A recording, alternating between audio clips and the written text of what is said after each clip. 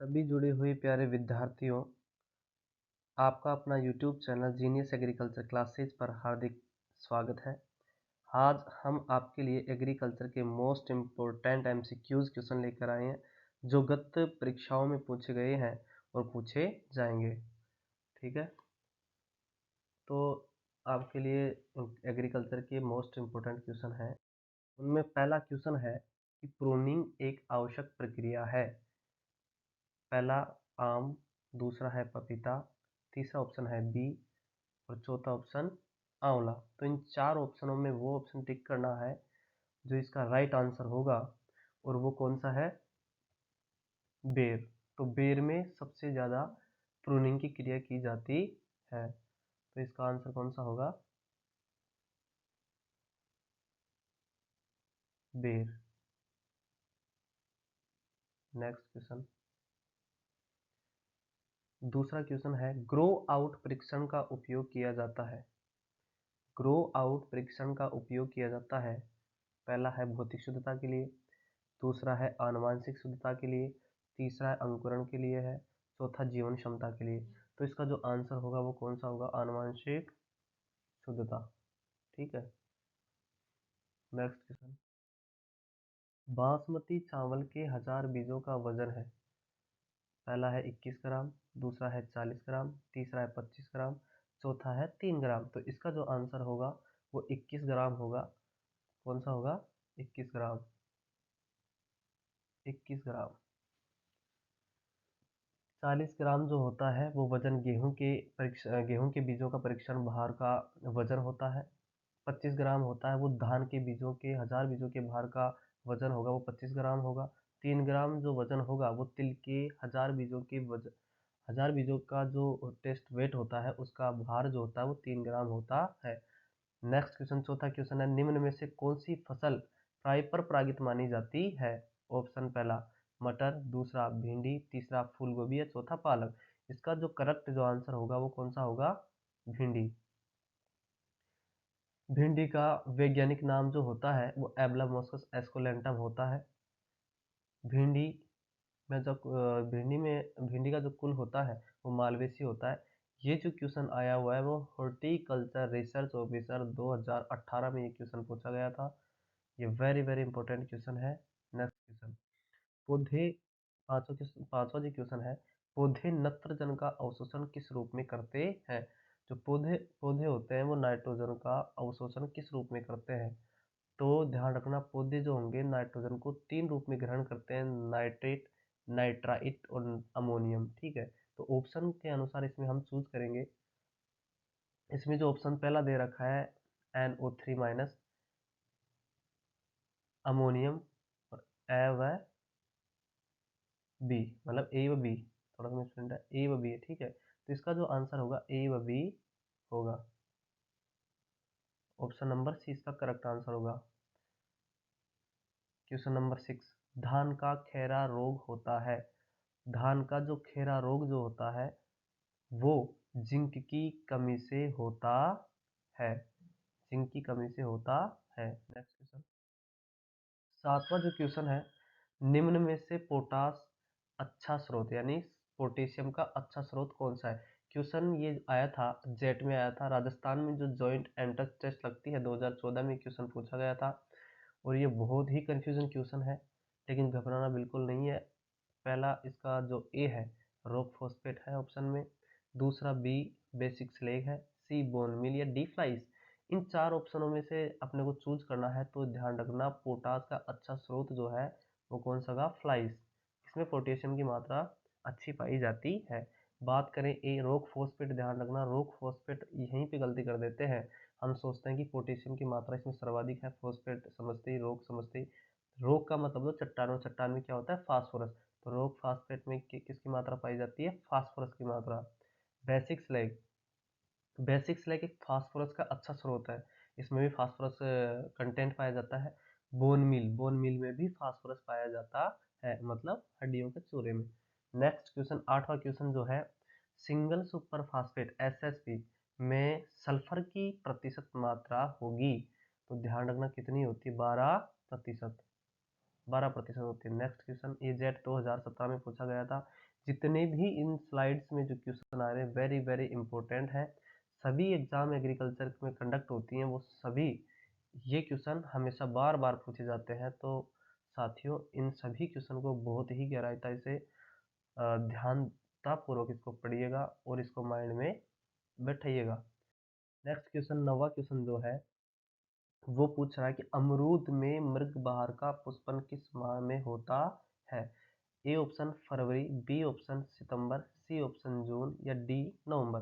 तो ध्यान रखना अमरूद में जो मृगबहार आती है वो जून व जुलाई में पुष्पन की क्रिया होती है। ओके, नेक्स्ट क्वेश्चन चलेंगे। 10वां जो क्वेश्चन है वो कह रहा है कि आंवले की पराग युक्त मतलब पोलिनेटर किस्म कौन सी है। ए इसमें ऑप्शन दे रखा है, ये स्कूल व्याख्याता जो स्कूल लेक्चरर 2022 राजस्थान में ये क्वेश्चन पूछा गया था और इसमें ऑप्शन दिया था हाथीजूल, बी चकैया, सी बलवंत और डी बनारसी। तो इसका जो आंसर होगा वो होगा चकैया।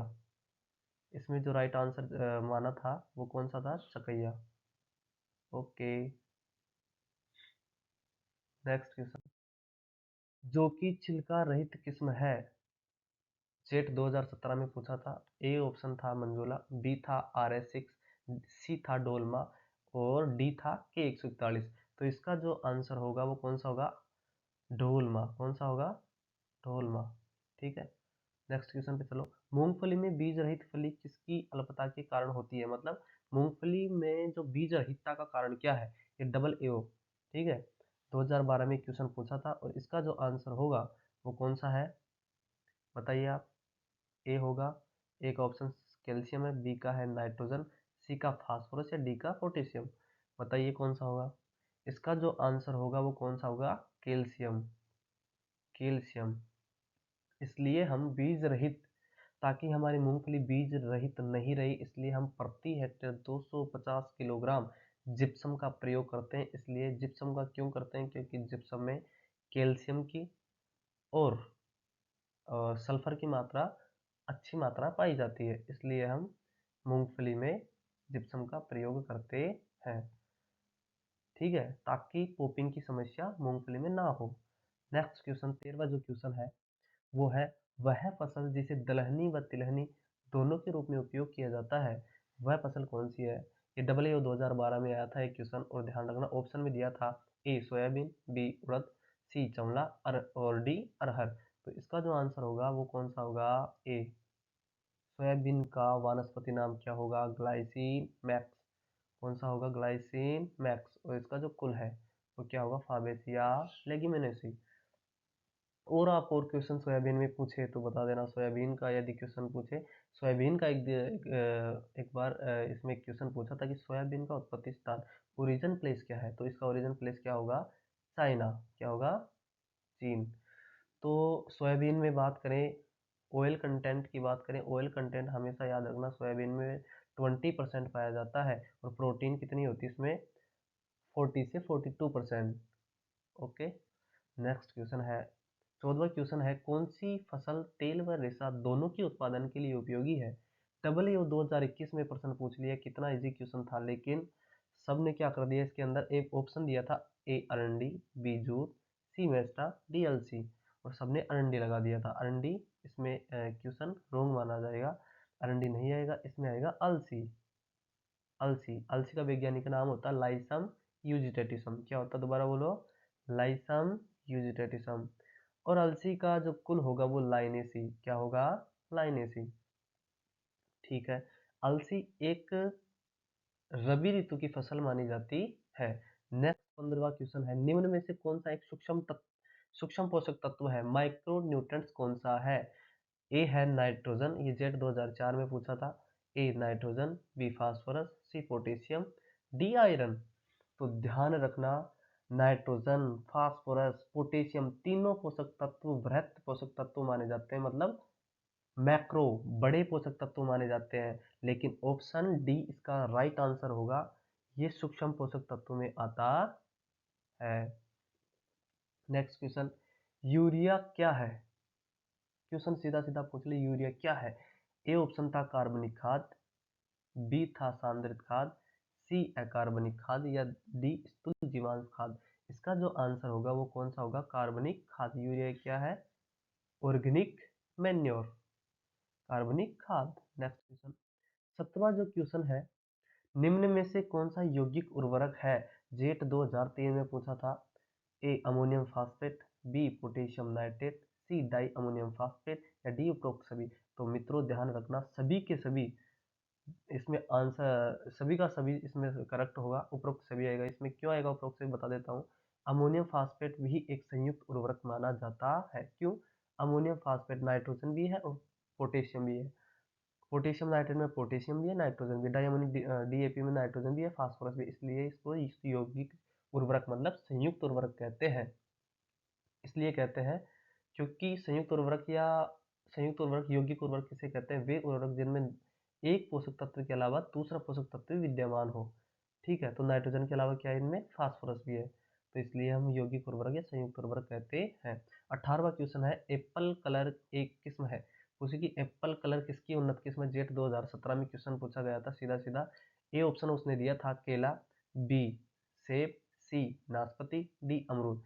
तो इसका जो करेक्ट आंसर होगा, एप्पल कलर किसकी उन्नत किस्म मानी जाती है? अमरूद की। अमरूद का वानस्पति नाम क्या होगा? सीडियम गावा जावा। और इसका कुल सबसे इंपॉर्टेंट है मिर्टेसी।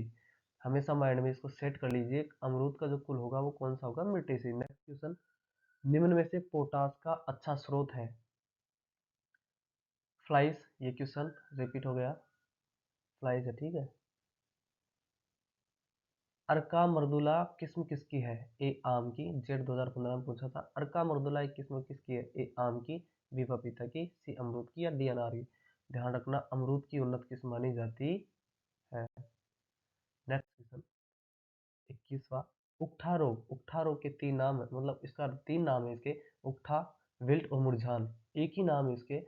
और हमेशा कंफ्यूज करता है, कभी मुरझान देता है, कभी उकठा देता है, कभी विल्ट देता है। तो तीनों के एक ही नाम है। तो ध्यान रखना, उकठा रोग किसके द्वारा होता है? ए ऑप्शन दिया था जेट 2003 में आया था, बैक्टीरिया, बी फफूंद द्वारा, सी विषाणु द्वारा या उपरोक्त में से कोई नहीं। तो इसका जो आंसर होगा वो फफूंद द्वारा होता है, और उसका नाम है फ्यूजेरियम ऑक्सीस्पोरम नामक कवक के कारण होता है। तो इसका करेक्ट आंसर 21 में क्या होगा? बी फफूंद द्वारा। नेक्स्ट 22वां जो क्वेश्चन है, अमरूद में मर्ग बहार का पुष्पन किस माह में होता है? अमरूद में मर्ग बहार जो होती है वो कौन से महीने में आती है? जून महीने में। रिपीट क्वेश्चन, ये वापस आ गया, रिपीट क्वेश्चन है। तो जून महीने में पुष्पन की क्रिया होती है। नेक्स्ट क्वेश्चन, 23वां क्वेश्चन है, बेर में वानस्पतिक प्रवर्धन की प्रचलित विधि है? बेर में वानस्पतिक प्रवर्धन की प्रचलित विधि जेट 2017 में आई थी, ज्वाइंट एंट्रेंस टेस्ट 2017 में पूछा गया क्वेश्चन है। उसने ऑप्शन दिया था ए बीज, बी कलम, सी कलिका एंड डी दबाना। तो इसका जो आंसर होगा कलम।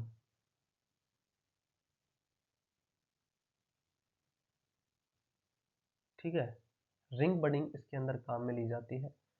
वेरी वेरी इंपॉर्टेंट क्वेश्चन है ये। रिंग, इसका आंसर होगा कलिकायन। कौन सा होगा? कलिकायन।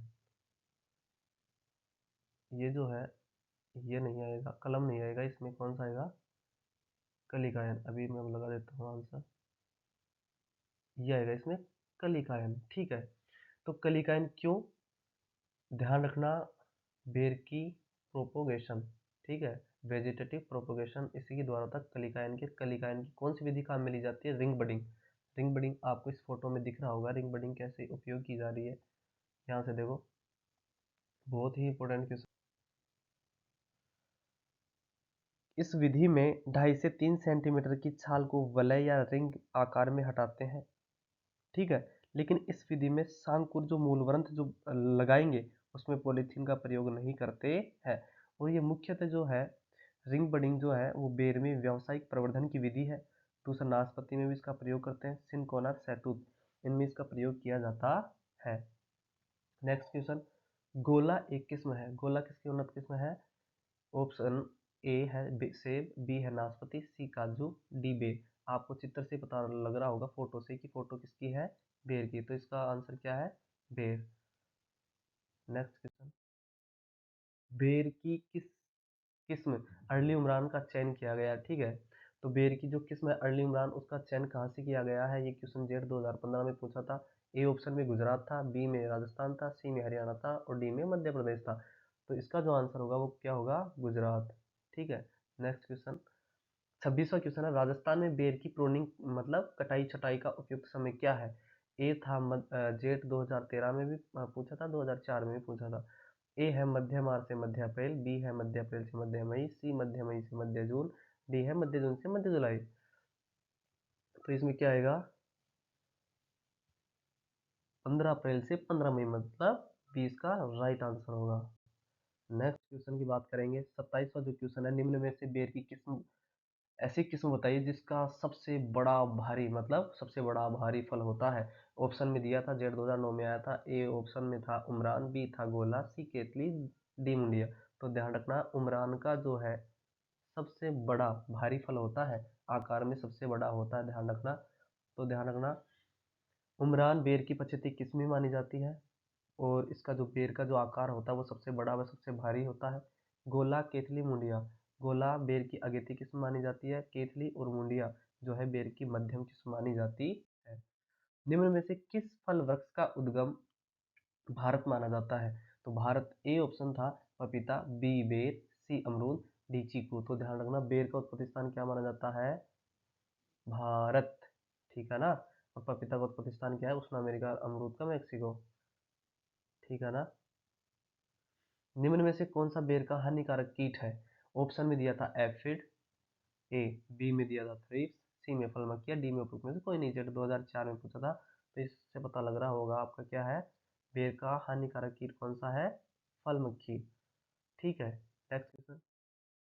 30वां जो क्वेश्चन है, सिंचाई जल के साथ उर्वरक देने की विधि को क्या कहते हैं? जेट 2015 में सीधा क्वेश्चन पूछा था। और यह यहाँ तो हम आसानी से सोचते हैं कि क्वेश्चन बहुत इजी है, लेकिन जब एग्जाम में बैठते हैं तो वहाँ क्वेश्चन बहुत टफ हो जाता है। तो बार बार यदि आप मेहनत करेंगे, बार बार आप याद याद करने की कोशिश करेंगे, रिपीट करने की कोशिश करेंगे इन क्वेश्चनों को, जो स्लाइड्स में मैं बार बार आपको बता रहा हूँ, तो मैं रियली बता रहा हूँ, वास्तव में ये आपको 100% याद होंगे, और वहाँ बैठते ही आप राइट क्लिक करके आएंगे। ठीक है, तो सिंचाई जल के साथ उर्वरक देने की विधि को क्या कहते हैं? ए सिंचाई, बी फुमिगेशन, सी फर्टिगेशन, डी कैमोगेशन। तो ध्यान रखना, इसका जो आंसर होगा कौन सा होगा? फर्टिगेशन।